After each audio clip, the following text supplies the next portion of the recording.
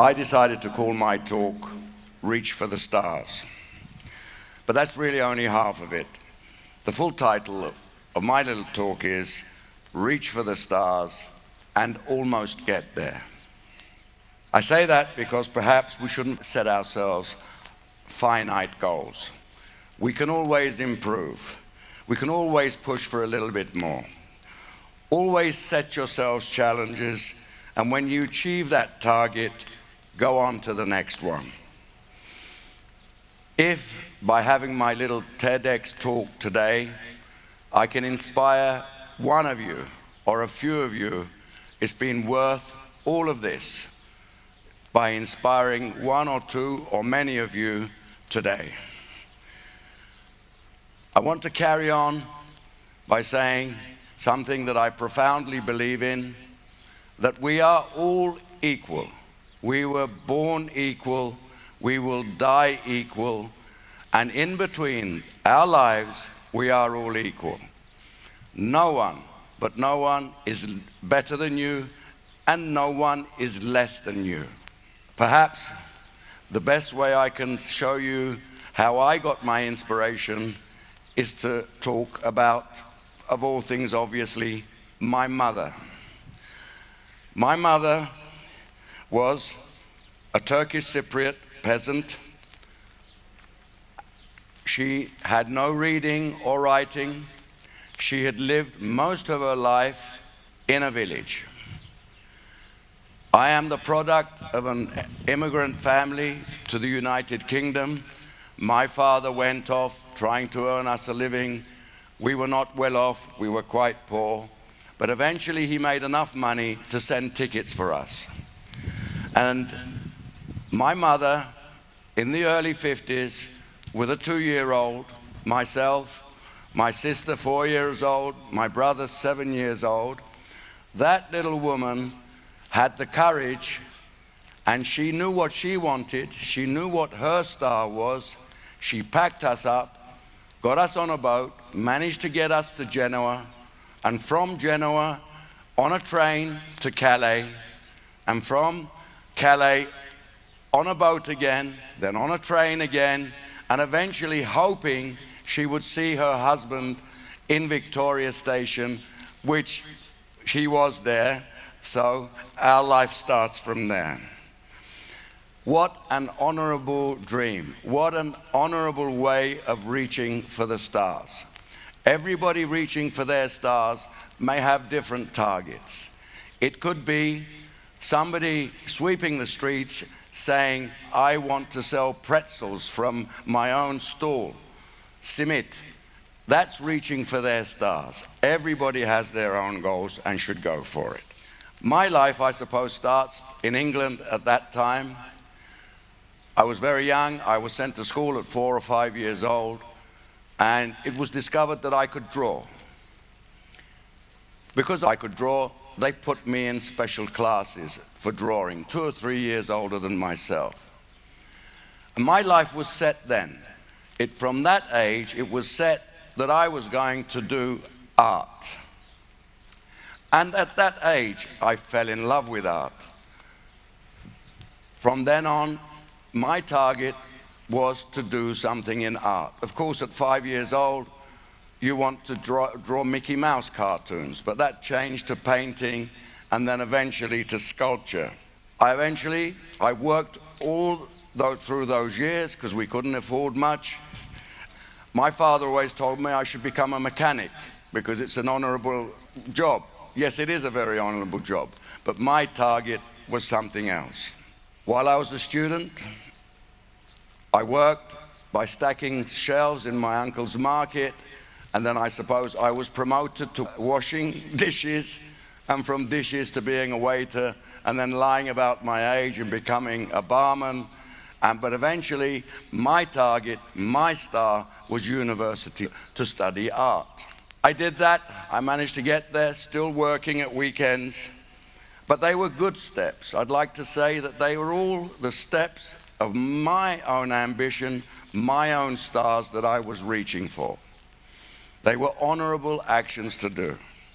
And I'd like to state at this point even amongst you now, there will be some phenomenal people coming out of even this group, not even this group. There will be here people that will go way beyond their expectations of themselves. There will be waiters here and people helping to show your seats. They will be anything they want to be and they can be. They may be the next Gandhi. They may be the next president of Turkey or of Cyprus. They can do whatever, if they want to, if they reach for it, if they persevere, they can do it. All of you can take those steps forward. All of you must see your own potential and believe in yourselves that you can do it, and you will take those steps. You will fall back one step, go 3 steps forward. Never take no for an answer. Always treat people well. Do it honestly and truly, true from your heart, you can get there. I've just stated that I eventually managed to graduate. At that point, when I graduated, I switched halfway through because coming from such a poor family, I knew that I'd be a poor artist. I was probably not that talented. And I didn't want to be a teacher. And I apologize to all the teachers, and there are many teachers here, but I didn't want to be one. So I switched to industrial design, interior design, and furniture manufacture. But during this time, another profound moment happened to me. I came to Cyprus for a holiday. I didn't even remember anything. I didn't know Turkish. Don't know much Turkish now, but I didn't know Turkish. I came to Cyprus, and I was profoundly affected by what I saw. I couldn't believe that I was born on this island. You've got to remember, I came from the concrete streets of East London, and I fell in love with it instantly and promised myself that one day I would come back. Having said that, I'll go back to what happened that made me and gave me the opportunity to come back to Cyprus. I was in a pub in Islington with a friend who happened to be in the gaming industry. By that time, 74 had come and gone, and he said to me, you know, we have opportunities in Cyprus. We're young, we can go and we can do things there. And he said, have you thought about casinos? I said, no, I didn't even know anything about casinos. But you know, we could go there, maybe we'd get a license, we could get rich and do all that sort of thing. I said, okay, let's do it. We came to Cyprus, we looked around, we told people the logic of what we were saying, which would bring tourism and people to the island. And at that time, the island was almost deserted. And through a lot of effort, and no little bullshit, excuse my French, we managed to get the license. By the way, that friend who was involved in this business fell by the wayside, but I got a license. I was £1,300 in debt, a license, no money, nothing. But I found an investor. With that investor, we opened up a casino and eventually the hotel. Now, you may consider that a sin, many of you, but some of you should consider it a blessing for this island. Because of those actions in Islington, and this is the knock-on effect, those actions of my friend and I, we were 25 years old, we have created jobs for tens of thousands of people in Cyprus, and many tens of thousands. We profoundly affect the gross national product of this island. And it started in that pub in Islington. So you may be having a glass of wine or a beer tonight and start something that will take you almost to the stars. Do it. With that start that I had in life, I can come to this present day, and the group that I'm the head of, we are now a company operating out of 10 countries, 4 in Africa, 2 in the Arab states, Turkey, UK, here. We employ over 1,800 people. That's a lovely feeling for me that you can provide for these people. But I must say, with all this material success, I always felt that I had an empty side of me, because there was still the 5-year-old that loved to draw. So at some point in my life, with the material success, I decided to do certain things. One was that if I couldn't do art, maybe I could collect art.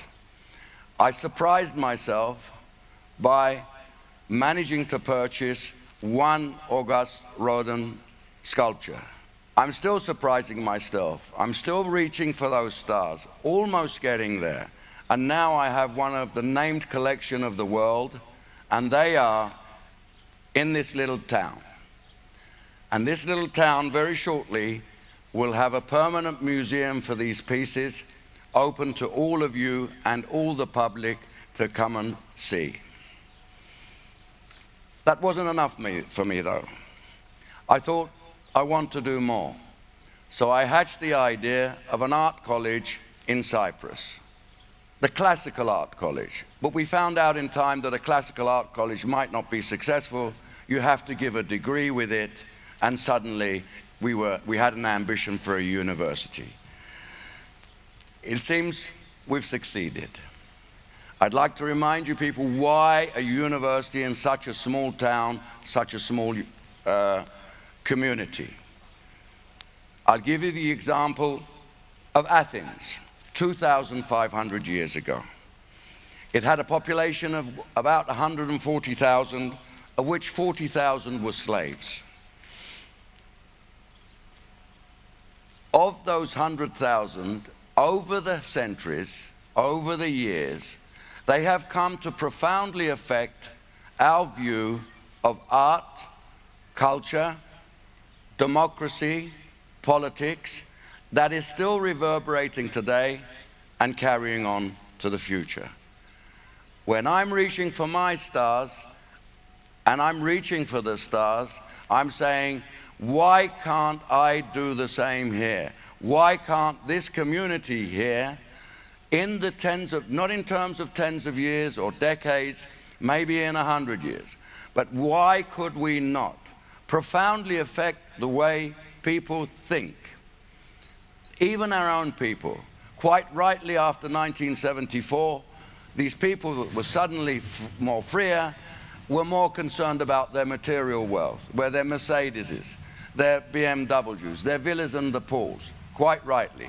But I also felt that something was missing, and this is my little action to try and change that. I hope that one day, ARUCAD, Arkın University of Creative Arts and Design, will be mentioned in the same sentence as the Royal College of Art, Goldsmiths, Rhode Island Institute, St. Martin's, Slade School, and the like. Why not? Because I am reaching for my stars, and I can reach those stars almost, I think. I'd like to, at this point, state the motto of the university. And the motto of the university here is, art and civilization are one. With art comes beauty and civilization. With civilization comes tolerance and unity. And unity brings peace. And we need that here. Why shouldn't this college produce a Rodin, a Titian, a Picasso, a Manet? They were all Mediterraneans doing their art. There may be amongst you some great artists that will be world renowned. I believe in you. Do it. Reach for your stars, all of you. I'll conclude today with another thing that we're trying to do, again, reaching for the stars, trying to almost get there, is that we've started a competition for a 40-meter statue to be erected behind this college up on the mountain. I got the inspiration from Christ the Redeemer in Rio de Janeiro. When I was looking at it, I was thinking, why can't we do something like that? Of course we can do it. We're not reinventing the wheel. We can use our own technology. And we have instigated a competition where we will go on the long road, and a very long road, of trying to get it established and made. I have to go to presidents. I have to go to prime ministers. I have to go We have to try and get the roads built. We have to get the electricity up there. We have to have a political desire to do this. We have just started on this road. It's a long road, but I feel that we will get there. I feel, for many reasons, that it will put not the north, but the whole island on the map. I feel it will put our college on the map, and it will be here, we hope, as long as the college is 150 years' time.